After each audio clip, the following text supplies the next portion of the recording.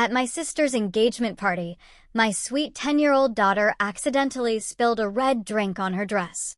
My sister snapped and slapped her so hard she fell to the floor crying in front of 230 guests. Before I could even move, my parents did something even worse. I told them they'd regret it. Just 10 minutes later, my dad called me, his voice trembling. Because, has your family ever broken your heart so badly that you knew, in that gut-wrenching moment, there was no going back? I'm Olivia, 34, a single mom, and what happened at my sister's engagement party shattered my entire world, forcing me to redefine everything I thought I knew about love, loyalty, and family. The air in the sprawling country club that day felt thick with unspoken expectations, the kind that settle heavy and cold around you, even under the glow of crystal chandeliers. It was Brooke's big day, my younger sister's engagement, and the carefully manicured facade of family happiness was already starting to crack before we even stepped inside. Life for my 10-year-old daughter, Chloe, and me had never been easy. 7 years ago, my ex-husband Mark just walked out. Chloe was barely 3, and he simply wasn't ready for parenthood. Just like that, he vanished, leaving me to juggle a demanding elementary school teaching job, play both mom and dad, and stretch every modest dollar to give Chloe the world. Our tiny 2-bedroom apartment became our sanctuary, a vibrant haven filled with Chloe's artwork and photos of our adventures.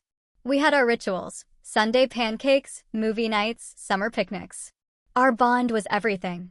Brooke, though. My sister lived a completely different life. 2 years younger, she'd always been the golden child. While I got practical gifts and lectures on responsibility, Brooke received designer clothes and praise for her ambition. My parents funded her elite university education without a second thought while I worked multiple jobs to put myself through college. After graduation, Brooke, leveraging our father's connections, soared at a prestigious marketing firm. My passion for teaching, though fulfilling, offered a modest stability. Family gatherings became a subtle, agonizing performance. Brooke's latest promotion versus my stable but small career. Her luxury apartment versus my cozy rental. Her exotic getaways versus our weekend beach trips. My parents never explicitly said they were disappointed in me, but their beaming pride in Brooke's achievements spoke volumes. Then David Adams entered the picture. Son of a prominent local business owner, he was everything our parents admired: wealth, status, ambition. When Brooke announced their relationship, they were ecstatic. Sunday dinners transformed into endless discussions about David's business success or his family's connections. Chloe's academic achievements or my students' progress. Barely an afterthought. Your sister really knows how to select the right partner, my mother once remarked, a cutting observation disguised as advice. David has such potential. It's a shame things didn't work out with Mark, but perhaps next time you'll choose someone with more stability.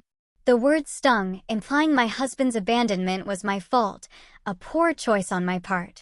Despite it all, I tried. For Chloe's sake, I endured the subtle jabs. Chloe seems so attached to you. Don't you worry she's not independent enough. Those teacher clothes are practical, aren't they? And the kicker, have you considered a side job? Single moms need to think about college funds early.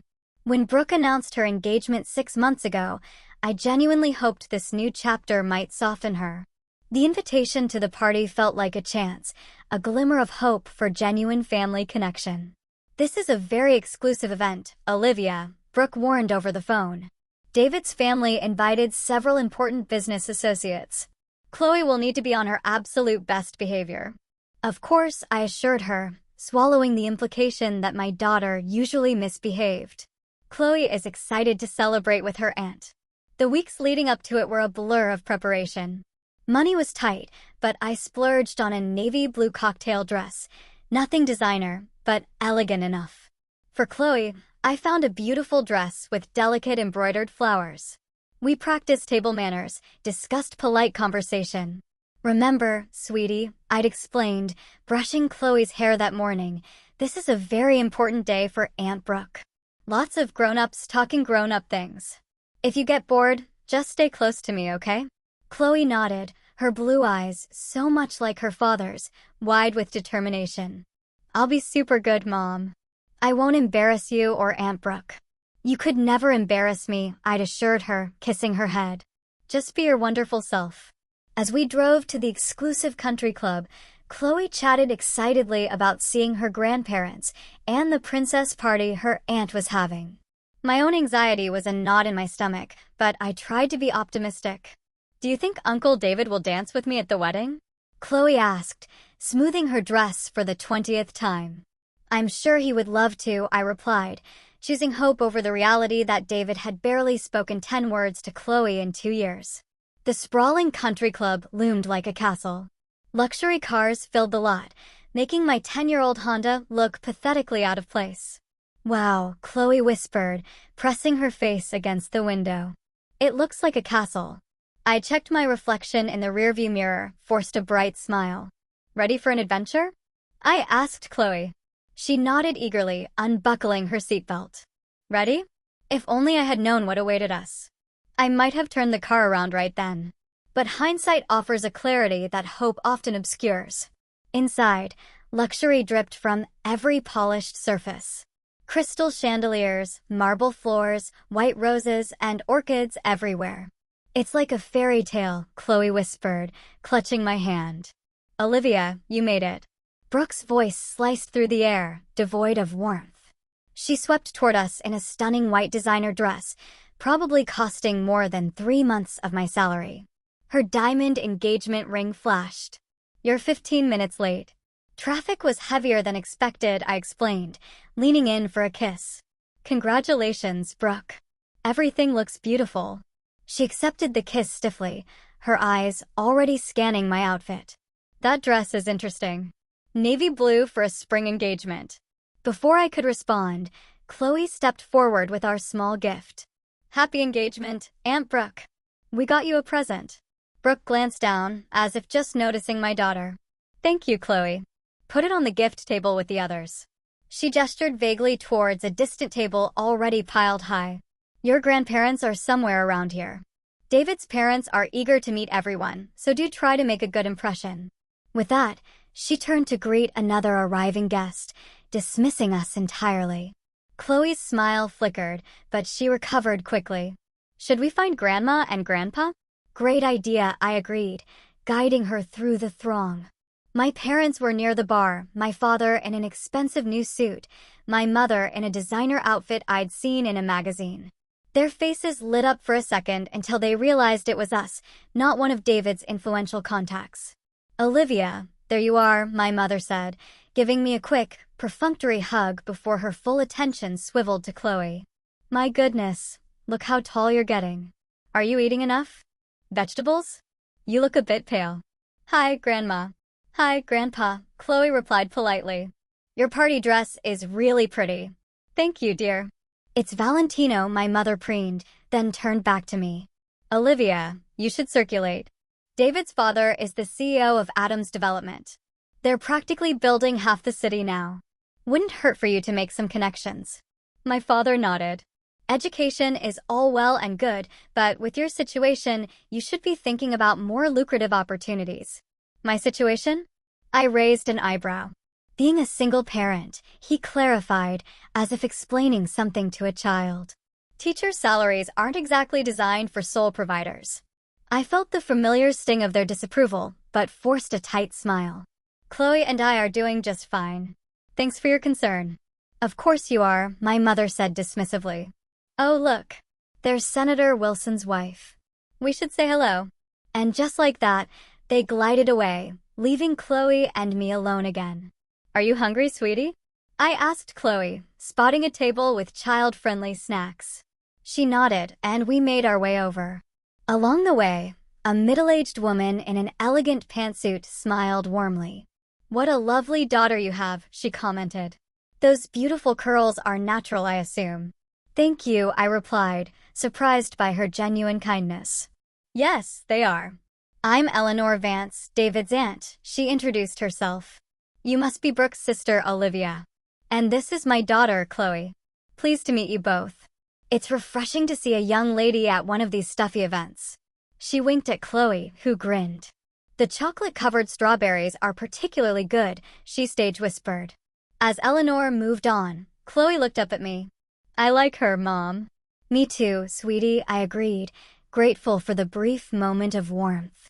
Our respite was short-lived. As we sampled the elaborate food, I noticed David's parents watching us from across the room. Their expressions, unlike Eleanor's, conveyed clear assessment and, it seemed, disapproval. David's mother whispered something to her husband, their eyes never leaving us. Brooke certainly didn't mention the child would be here. I overheard a woman murmur. I gently guided Chloe away, shielding her from the judgment. We found a quiet corner where Chloe could eat while I sipped sparkling water, having decided alcohol would only complicate an already tense situation. The formal part of the celebration began. Brooke and David stood at the front as David's father delivered a glowing toast about David's accomplishments, Brooke's perfect fit into their family, and their bright future. He never once mentioned my parents or any of Brooke's family. When he concluded, Brooke took the microphone. Thank you all for coming, she gushed, her voice polished. David and I are so blessed to be surrounded by such wonderful people. She thanked David's parents for their guidance, her colleagues for their support, and finally, our parents for always pushing me to reach higher. Her eyes never once drifted to where Chloe and I stood. As servers circulated with champagne for another toast, Chloe tugged my sleeve. Mom, may I please get some more punch? She whispered. Of course, I replied, noting her empty glass. Let's find the beverage table. We navigated carefully through the crowd. Chloe walked slowly, handling herself with remarkable poise despite being the only child there. The punch bowl sat on a white draped table. I helped Chloe fill a glass with the bright red liquid, cautioning her to be careful. 2 hands, okay? It's crowded. I will, Mom, she promised, concentrating. As we turned to head back, a large man gesturing animatedly stepped backward without looking. His elbow caught Chloe's shoulder, throwing her off balance.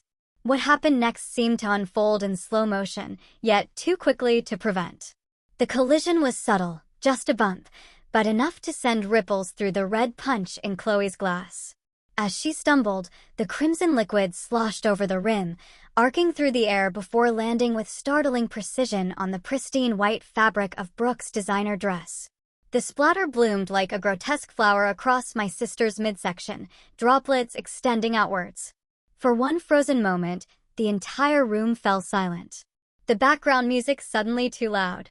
Chloe regained her balance, her expression shifting from confusion to horror as she registered what had happened.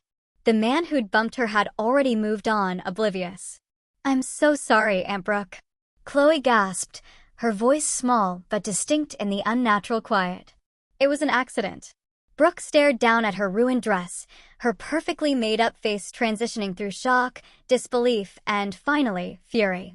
Her eyes, so similar to mine in color but none of the warmth, fixed on Chloe with an intensity that made my daughter shrink back. You little brat. The words exploded from Brooke, her voice unrecognizable with rage. Do you have any idea what you've done?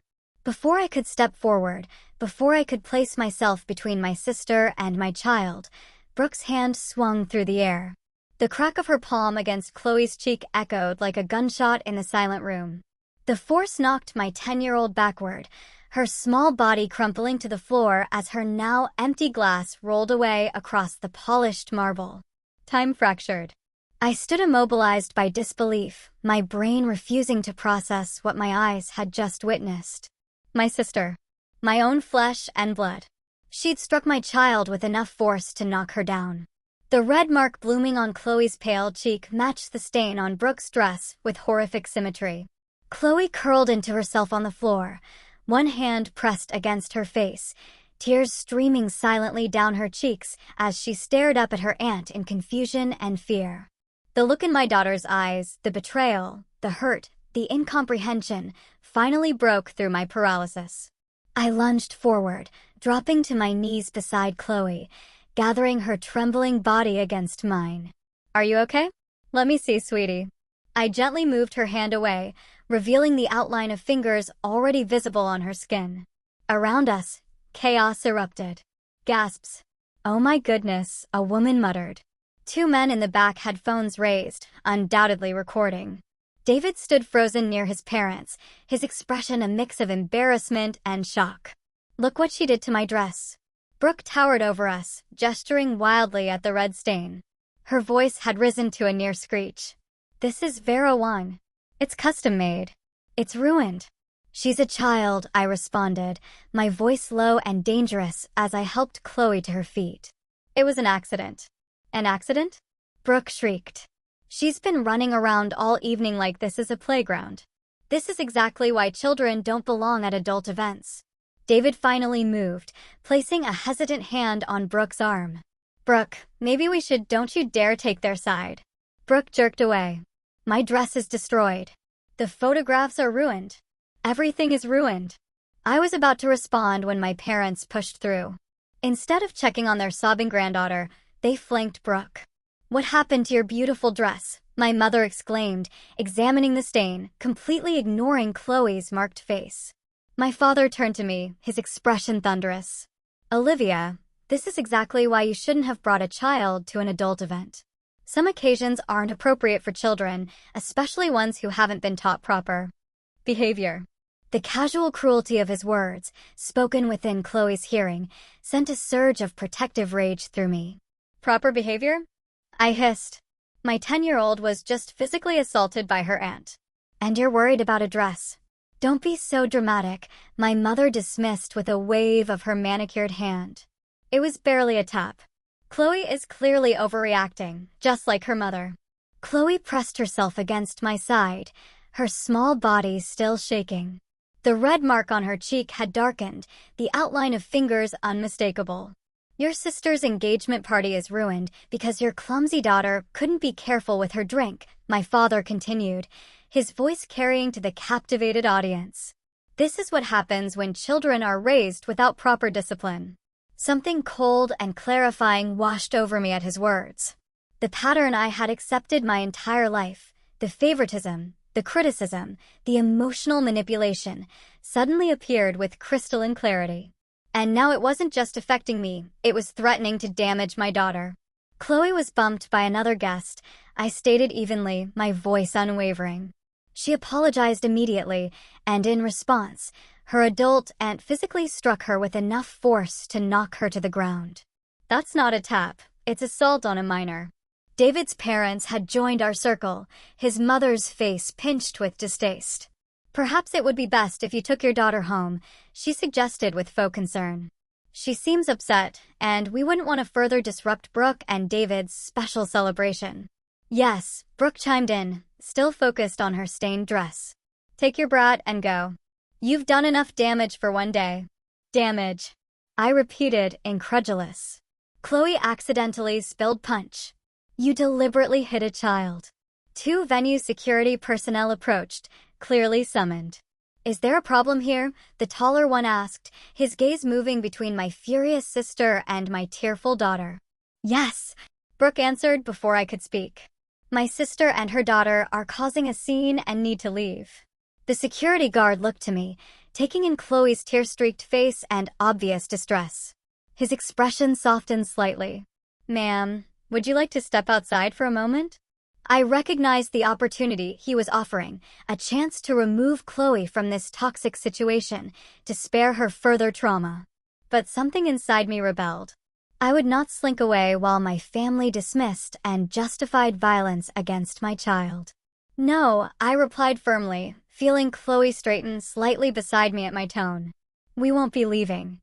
But I would like to report an assault." The word assault hung in the air like a thunderclap. Several nearby guests, who had been pretending not to eavesdrop, now turned fully toward our family drama. Brooke's face flushed deep red, clashing with the punch stain. "Assault?" she sputtered. "Are you insane?" It was a slap. She ruined my dress. The security guard's demeanor shifted, becoming more alert. "Ma'am, did someone strike the child?" he asked me directly. "Yes," I confirmed, my arms still protectively around Chloe's shoulders. My sister slapped my daughter across the face hard enough to knock her to the ground, as you can see from the mark on her cheek. "This is ridiculous," my mother interjected. "Family discipline is not assault." Olivia has always been prone to exaggeration. A memory flashed through my mind, being 10 myself, accidentally breaking a decorative plate, and the week-long lecture about responsibility. While Brooke, the next year, broke a vase during a tantrum, and it was quickly dismissed as just an accident. Family discipline? I echoed, my voice steady despite the trembling in my hands. Chloe is my daughter, not Brooke's. No one has the right to strike her, family or otherwise. You've always been jealous of your sister, my father accused, his voice dropping to a harsh whisper as he became aware of the audience. Even on her special day, you had to find a way to make it about you. I'm not the one who created a scene by slapping a child, I countered. The security guard cleared his throat. Perhaps we should continue this conversation in a private room. There's nothing to discuss, Brooke declared. Olivia and her daughter need to leave now. David finally found his voice, stepping forward with an uncomfortable expression. Brooke, maybe we should all take a moment to calm down. Don't you start, too. Brooke rounded on him. This is supposed to be our day. My sister brings her undisciplined child who ruins my designer dress, and somehow I'm the villain? She hit a child, David, I said quietly. Is that the kind of person you want to marry? David's father stepped forward, his imposing presence intended to intimidate. Young lady, I suggest you reconsider your accusations. The Addams family has significant influence in this community. Making false claims could have serious consequences for your teaching career. The thinly veiled threat only strengthened my resolve. I had spent years accommodating my family's toxic behavior, making excuses, accepting their treatment. But seeing them now, closing ranks to justify violence against my child? Something fundamental shifted inside me. Are you threatening me for protecting my daughter? I asked, loud enough for nearby guests to hear. Nobody is threatening anyone, David's mother interjected smoothly. We're simply suggesting that this unfortunate incident has been blown out of proportion. Children spill things. Adults get frustrated. Let's not make a mountain out of a molehill. Chloe, who had been silent since the slap, suddenly spoke up. She hurt me. Her small voice carried surprising strength. I said I was sorry about the dress, but she hit me really hard. My heart swelled with pride at her courage, even as it broke at the tremor in her voice. Out of the mouths of babes, commented an elderly woman nearby, giving my parents a disapproving look. Either you and your brat leave now, Brooke hissed, leaning close enough that I could smell her expensive perfume, or I'll make sure you regret it. Do you have any idea how many school board members are friends with David's family? The implied threat to my career, my livelihood, the very way I supported my daughter, was the final straw. If you or anyone in this family ever touches my daughter again, I replied with deadly calm, the consequences will extend far beyond a ruined party. That's not a threat, Brooke. It's a promise.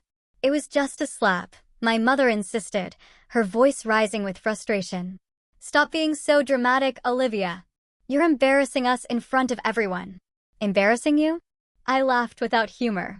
Your adult daughter assaulted a child in front of 200 witnesses, and you're worried about embarrassment?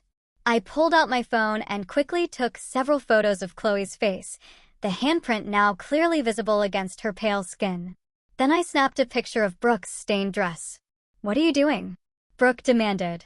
Documenting the molehill that supposedly justifies child abuse, I answered calmly. Abuse?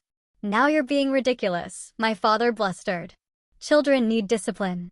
Discipline is teaching, not hitting, I corrected him. But then, you've always confused the two. David looked increasingly uncomfortable, shifting his weight. Maybe we should all take a break. Get some air. There's no need for a break. Brooke snapped. There's a need for my sister to take her dramatic daughter and leave my engagement party before they cause any more damage. Then she made her fatal mistake. Leaning down to Chloe's level, Brooke spoke with venomous sweetness. You're just being dramatic like your mother, aren't you? Crying over nothing because you want attention. That's probably why your daddy left. He got tired of the constant drama. Chloe recoiled as if struck again, her eyes wide with fresh hurt. In that moment, watching my daughter's heart break under the weight of such calculated cruelty, something inside me hardened into diamond-sharp clarity. I had endured decades of my family's emotional abuse. I had accepted their criticisms, their comparisons, their conditional love. But I could not, allow them to inflict that same damage on my daughter. With perfect calmness, I reached into my purse and took out my phone again. "What are you doing now?" Brooke demanded as I unlocked my screen. Without answering her, I dialed 911 and put the call on speaker. "911, what's your emergency?" The dispatcher's professional voice carried clearly in the suddenly silent circle around us. "I need to report an assault on a minor," I stated clearly, maintaining eye contact with my sister. My 10-year-old daughter was slapped across the face by her aunt with enough force to knock her to the ground. "We're at Pine Hills Country Club on Lakeview Drive." "Is the child injured?" the dispatcher asked. "She has a visible handprint on her face and may have bruising." "Are you in immediate danger?" "Is the person who assaulted her still present?" "Yes, she's still here." We're currently surrounded by family members who are pressuring us to leave and forget the incident happened. My mother lunged for the phone, but I stepped back, keeping it out of her reach. "Olivia, hang up that phone immediately," she hissed. "You're destroying this family over nothing." "Officers are being dispatched to your location," the dispatcher continued. "Please stay on the line until they arrive." Brooke's face had drained of all color except for 2 bright spots of rage on her cheeks. "You called the police on me? At my engagement party?" "Actions have consequences," I replied simply.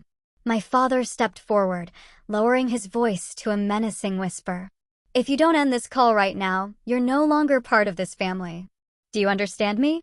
You will be cut off completely." For the first time in my life, his threat held no power. I made my choice the moment Brooke struck Chloe.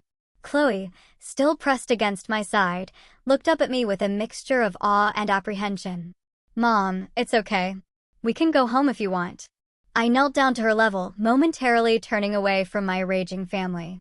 "No, sweetie, it's not okay. What Aunt Brooke did was wrong, and what Grandma and Grandpa are doing now is wrong, too. Sometimes we have to stand up for what's right, even when it's hard." She nodded solemnly, then whispered, "I'm proud of you, Mom." Her words filled me with certainty that I was making the right choice, however difficult. "Olivia, be reasonable." David finally spoke up, his tone placating. "I'm sure we can resolve this without involving the authorities." "What if?" He lowered his voice. "What if we could help with Chloe's college fund? A generous contribution to put this unfortunate incident behind us." I stared at him in disbelief. "Are you trying to bribe me to ignore the assault of my child?" He blanched, suddenly aware of how his offer sounded. "That's not what I meant." "You'll regret this, Olivia." Brooke cut in, her voice shaking with fury. "When you're looking for a new job because no school in this district will hire you. When you're struggling even more than you already are, you'll wish you'd just taken your brat and left when you had the chance." Several guests had begun edging toward the exit, clearly uncomfortable. Others lingered, some openly recording.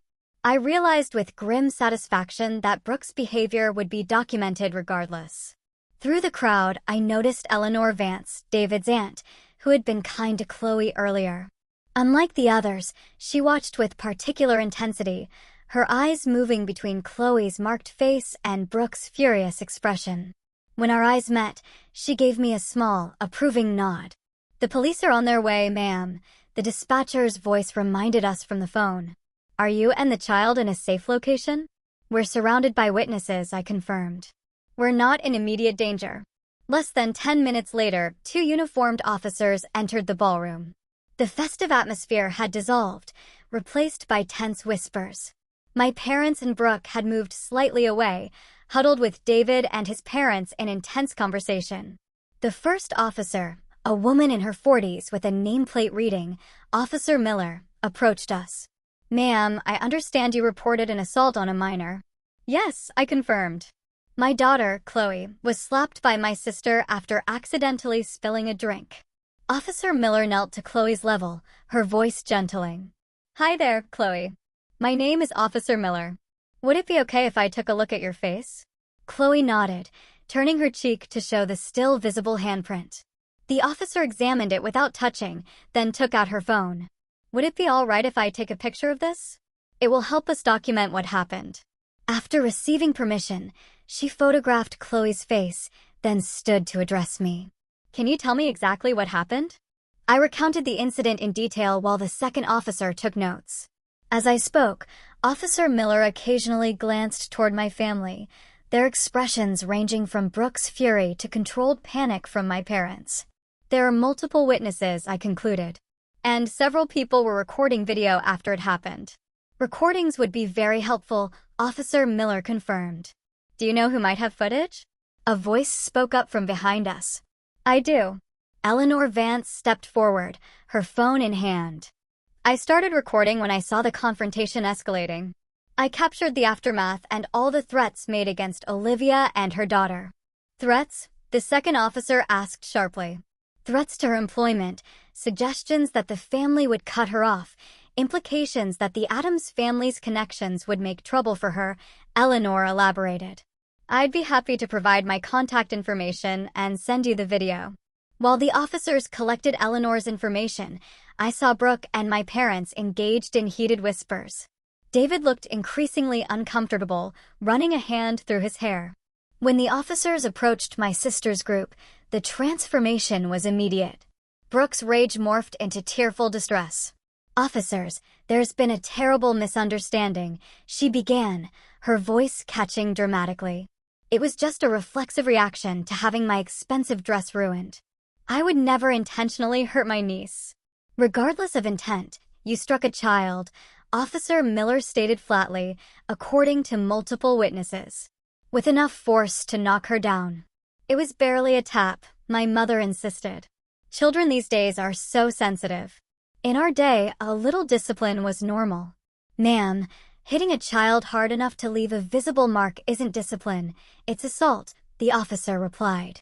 And as I understand it, the child isn't even your daughter's to discipline. My father tried a different approach. Officers, surely we can handle this as a family matter. My oldest daughter tends to overreact. There's no need for this to go any further. Sir, when we receive a report of assault on a minor, we are obligated to investigate fully, Officer Miller explained patiently. This isn't something we can just ignore. As the officers questioned my sister, I noticed David had stepped away and was watching with an unreadable expression. When he caught my eye, he approached slowly. I've never seen Brooke act like that before, he said quietly. I knew she could be particular about things, but this isn't new behavior, David, I told him. Honestly, it's just the first time you've seen it directed at someone vulnerable enough that you couldn't ignore it. He absorbed this in silence, then said, I'm sorry about what happened to Chloe. That should never have happened, regardless of the circumstances. Before I could respond, Officer Miller returned to us. Ma'am, we've spoken with multiple witnesses and viewed some video evidence. Based on our investigation, we're issuing a citation to Brooke Adams for simple assault on a minor. This is a misdemeanor offense that can carry penalties, including fines and potential jail time, though first offenses typically result in probation. You'll need to appear in court on the date listed on this card. She handed me a business card with case information. You may also wish to file for a temporary restraining order to prevent further contact between your daughter and your sister until this is resolved. A restraining order? My mother's voice rose in disbelief from behind us. This is absurd. We're family. Family members are statistically the most common perpetrators of child abuse, ma'am, Officer Miller replied evenly. The law doesn't make exceptions based on relationship. As the reality sank in, the remaining guests dispersed quickly, murmuring excuses. David's parents were in intense conversation with the event coordinator, trying to control the damage to their social standing. You've ruined everything. Brooke spat as an officer handed her the citation. I hope you're satisfied. No, Brooke, I replied calmly. I'm not satisfied. I'm heartbroken that my sister would hurt my child and that our parents would defend that behavior. But I am at peace with my decision to protect Chloe, even if it costs me my relationship with all of you. As we prepared to leave with a police escort, Chloe looked up at me. Mom, are Grandma and Grandpa going to hate us now? I considered sugarcoating the truth, but decided my daughter deserved honesty. They're very angry right now, sweetie, but we did the right thing. Sometimes standing up to bullies is hard, especially when those bullies are people we love. Like you stood up to Aunt Brooke? She asked. Yes, I nodded. And you were so brave, too, telling the truth even though it was scary. As we walked to our car, Chloe squeezed my hand. "Mom," she said thoughtfully, "sometimes family can be the worst bullies, can't they?" Looking down at her wise young face, I felt a surge of determination that she would never again be made to feel her worth was conditional on someone else's approval, not even family. "Yes, they can," I agreed. "But we don't have to accept being bullied, not by anyone." The drive home was quiet, both of us processing the enormity of what had happened. Halfway home, Chloe broke the silence. "I'm sorry about Aunt Brooke's dress," she said in a small voice. "It was an accident, Chloe," I reminded her gently. "Accidents happen." Nothing you did justified how she reacted. "I know," she nodded. "But I'm still sorry it happened." Her capacity for empathy, even toward someone who had hurt her, filled me with pride. Whatever happened next with my family, I knew with absolute certainty that Chloe and I would be okay. The days following the engagement party unfolded like scenes from a movie I never wanted to star in. By Sunday morning, someone had posted video of the aftermath of the slap online, capturing Brooke's fury, my parents' dismissal of Chloe's pain, and the arrival of police. The clip went viral locally, then regionally, with comments overwhelmingly supportive of my decision. My phone rang incessantly with calls from unknown numbers, news outlets, distant relatives, and even parents from my school. I answered only known contacts and kept Chloe home from school on Monday to give her time to process. Tuesday morning brought news. Brooke had been placed on administrative leave from her marketing firm. Apparently, their family-friendly brand couldn't risk association with a viral video of their executives striking a child. "Your sister has been devastated by this," my mother's voicemail shrieked. "Her career may be ruined because you couldn't handle a family matter privately. I hope you're satisfied with yourself." I deleted the message without returning the call, focusing instead on Chloe. We'd visited Dr. Laura Green, a child therapist specializing in trauma. Chloe had been quiet but cooperative. "Children are remarkably resilient," Dr. Green assured me. "What matters most is that Chloe sees you standing up for her, validating her feelings, and ensuring there are consequences for harmful behavior, even when that behavior comes from family members." On Wednesday, I returned to my classroom, braced for awkward questions, but found unexpected support. The principal, Dr. Vivian Chin, called me into her office. "Olivia, I want you to know the school district fully supports you," she stated firmly. "We've received a few calls from people claiming to be concerned about your judgment, but we recognize attempted intimidation when we see it. Your personnel file has been temporarily restricted to administrative access only, just as a precaution." Her words confirmed my suspicion that David's family had already begun leveraging their connections, but her support lifted an enormous weight. "Thank you," I managed, fighting back tears of relief. I was worried. "Don't be," Dr. Chen said firmly. "Your teaching record is exemplary, and you did exactly what we train our staff to do: report suspected child abuse, even when it comes from family members." Chloe returned to school on Thursday, nervous but determined. Her teacher, Ms. Rodriguez, contacted me midday. "Things are going well." Some kids asked about the fading bruise, but Chloe handled it beautifully. She just said there was a family problem that her mom helped fix and then changed the subject. That afternoon, I received an unexpected email from Eleanor Vance, David's aunt, who had provided video evidence. "Olivia, I wanted to check on you and Chloe. What happened at the party was inexcusable, and I admire your courage. I should mention that David has postponed the wedding indefinitely. He told his parents he needs time to reconsider. If you need anything at all, please don't hesitate to contact me." I read the email twice, a complex mixture of emotions swirling. While I took no pleasure in Brooke's relationship troubles, I couldn't help but feel that David was seeing my sister's true colors before making a lifetime commitment. Friday afternoon brought another development, a certified letter from my parents' attorney, threatening to contest the restraining order I'd filed to keep Brooke away from Chloe. The letter included thinly veiled threats about family matters being aired in public and consideration of Chloe's long-term interests. I forwarded it to the affordable legal aid attorney I'd consulted, who replied promptly, "This is intimidation, nothing more." The temporary restraining order has already been granted. Given the evidence and witness statements, the judge is likely to approve the permanent order at next week's hearing. Throughout that tumultuous week, my concern remained focused on Chloe. Each night, we maintained our bedtime routine. Despite everything, Chloe consistently mentioned being grateful for having a mom who protects me. Words that simultaneously healed and broke my heart. The following Tuesday, we appeared in family court for the restraining order hearing. I had prepared Chloe for seeing her grandparents and possibly Brooke, but when we arrived, only my parents were present with their attorney. Brooke had apparently decided not to attend. The respondent's absence does not prejudice these proceedings, the judge noted, reviewing the file. We have substantial evidence, including photographic documentation of injury to the minor, video recordings of the aftermath, and multiple witness statements. My parents sat stiffly, occasionally whispering to their attorney, but never once looking directly at Chloe or me. The proceedings were mercifully brief. The judge reviewed the evidence, asked a few clarifying questions, and then granted a 1-year restraining order prohibiting Brooke from contacting Chloe in person, by phone, through social media, or through third parties. As we left the courtroom, my father finally approached us, his attorney hovering anxiously nearby. "Olivia, this has gone far enough," he began, his voice low. "Your sister's job is in jeopardy. Her engagement is on the rocks. Are you happy now?" I positioned myself slightly in front of Chloe. "Dad, those are consequences of Brooke's actions, not mine. I'm not happy about any of this.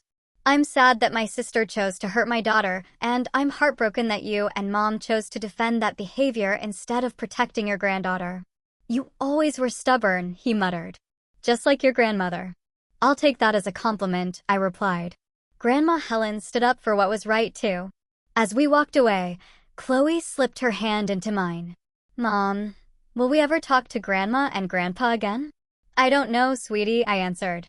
"Honestly, that depends on whether they can understand that what happened was wrong and make real changes. But no matter what, you and I are going to be okay." The weeks that followed brought unexpected developments. Anonymous donations to Chloe's college fund appeared in our mailbox, ranging from $20 to one particularly generous check for $5,000 with a note simply signed KV. I suspected Eleanor Vance, but had no way to confirm. Extended family members I hadn't spoken to in years reached out with messages of support. My cousin Sophie revealed that she had distanced herself from family gatherings years ago after similar treatment from my parents and Brooke. "They always made me feel like I wasn't good enough," she confided during lunch. "Watching you stand up to them gave me courage to reconnect with the family members who actually value me." Most surprising was an email from David himself, 6 weeks after the incident. "Olivia, I wanted you to hear this from me directly. After much reflection, I've ended my relationship with Brooke. The incident with Chloe forced me to recognize patterns I'd been ignoring. I've suggested Brooke seek therapy to address her anger issues, and I'm doing the same to understand why I tolerated certain behaviors for so long. Please know, I wish only the best for you and Chloe." I showed the email to my own therapist, having started counseling sessions myself. "This is a positive development," she observed. "Not because your sister lost her relationship, but because it suggests there may be accountability and growth happening." 2 months later, my mother called. I almost didn't answer. "Olivia," she began awkwardly. "Your father and I have been discussing things.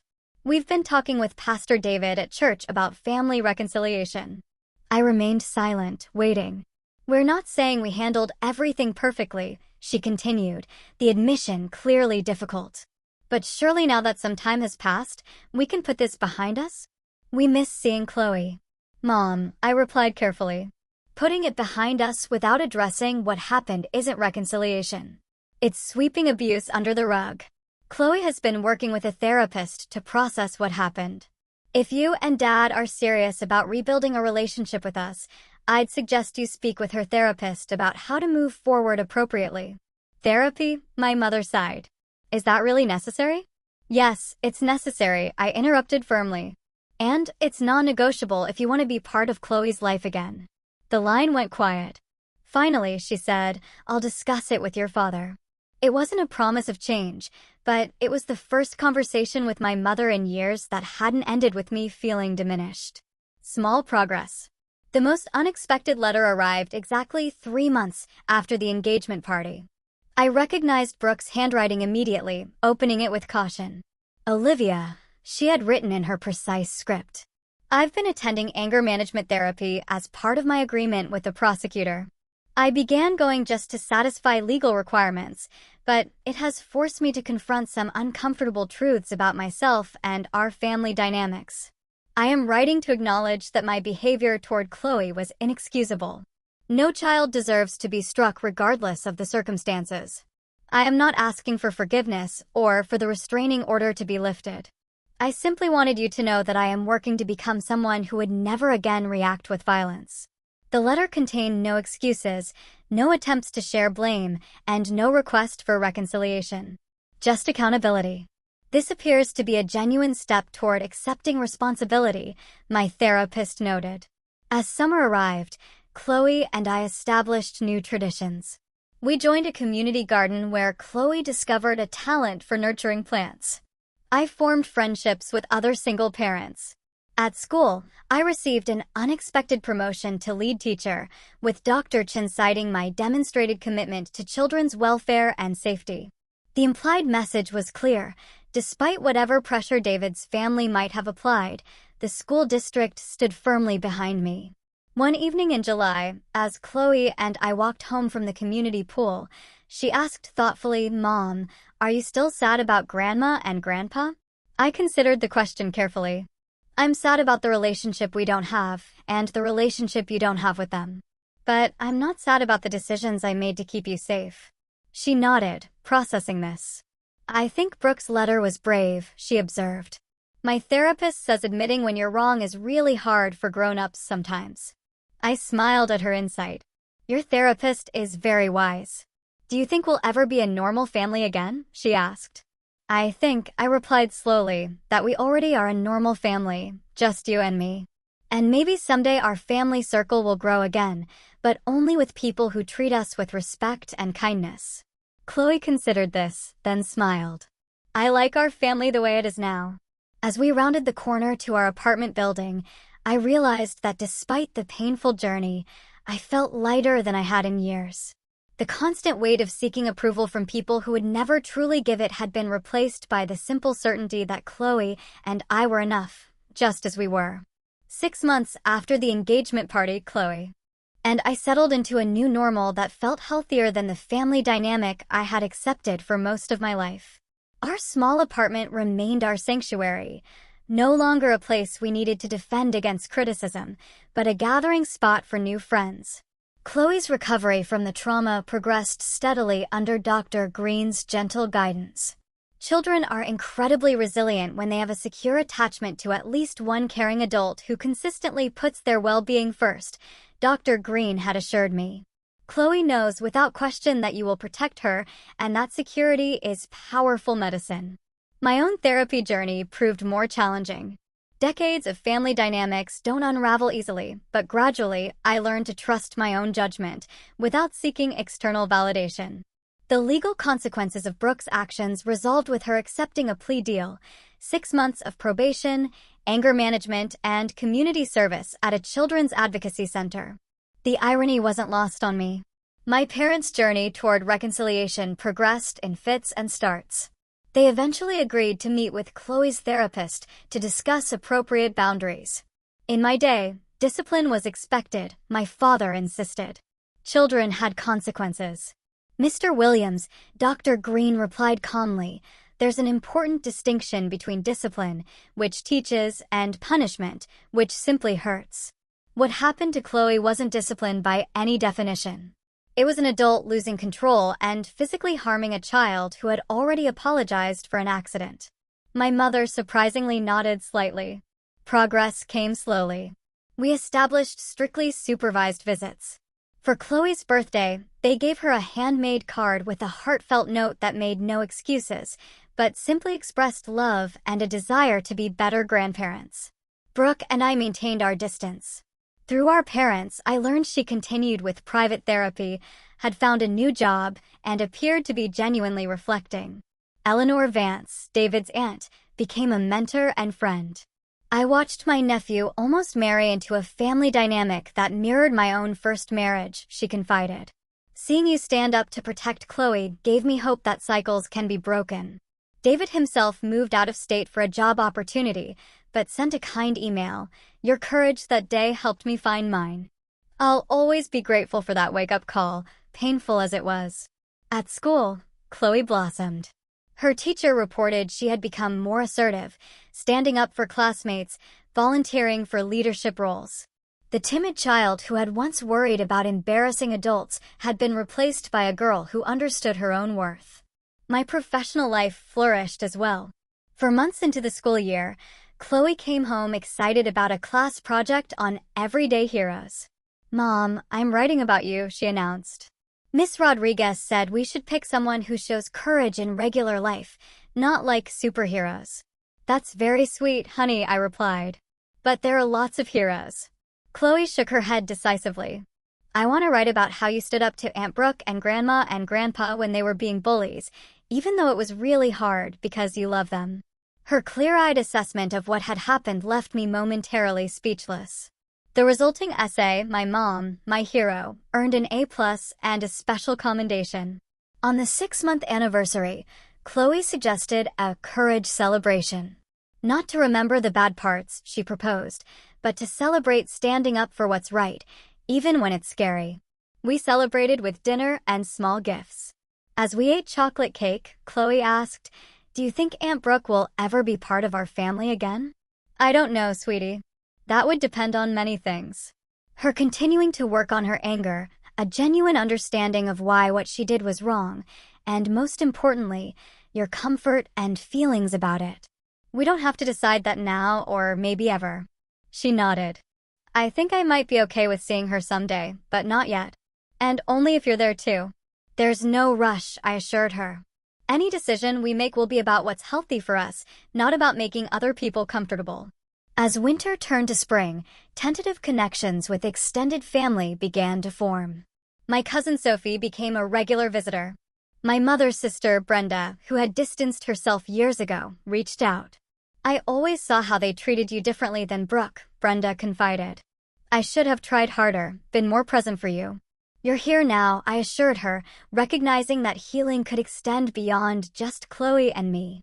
In April, I received a formal letter from Brooke's therapist requesting permission to facilitate a restorative justice conversation. After discussing it with my own therapist and with Chloe, I tentatively agreed. The meeting, on neutral ground, was awkward but productive. Brooke appeared genuinely changed, reflective, taking full responsibility. None of that excuses what I did to Chloe, she admitted, but understanding it helps me ensure I never react that way again. We didn't emerge as friends, but we established a framework for possible future healing. As the 1-year mark approached, I reflected on how profoundly our lives had changed. The family I had desperately tried to please no longer held power over my sense of worth. Chloe now walked with greater confidence, secure in the knowledge that her boundaries would be respected.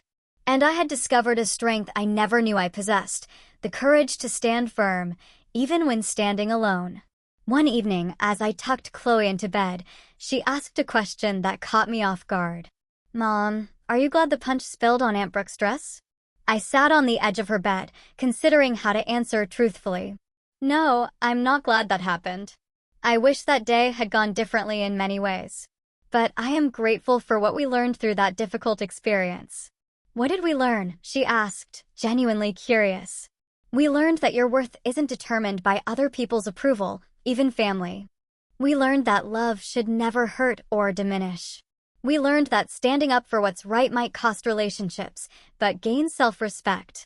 And most importantly, we learned that sometimes the family you're born into isn't as healthy as the family you choose to build. Chloe thought about this, then nodded. I like the family we're building. Me too, sweetheart, I agreed, kissing her forehead. Me too. As I turned off her light and closed her door, I felt a profound sense of peace. The journey hadn't been easy, and it wasn't fully complete. Healing rarely follows a straight line, and relationships damaged by years of unhealthy patterns don't transform overnight. But for perhaps the first time in my life, I felt fully confident in my choices, secure in my boundaries, and hopeful about our future. Not despite standing up to my family, but because of it. Sometimes the bravest thing we can do is simply refuse to accept treatment that diminishes us or those we love. Sometimes love means standing up, not standing by. And sometimes the most important family bond isn't the one you're born with, but the one you protect with every fiber of your being. What would you have done in my situation? Would you have called the police or tried to handle things privately within the family? Share your thoughts in the comments below. And if this story resonated with you, please like and subscribe for more stories about finding strength in difficult situations. Remember, standing up for what's right isn't always easy, but it's always worth it. Thank you for joining me on this journey, and I hope in some small way our story helps you find courage in your own life.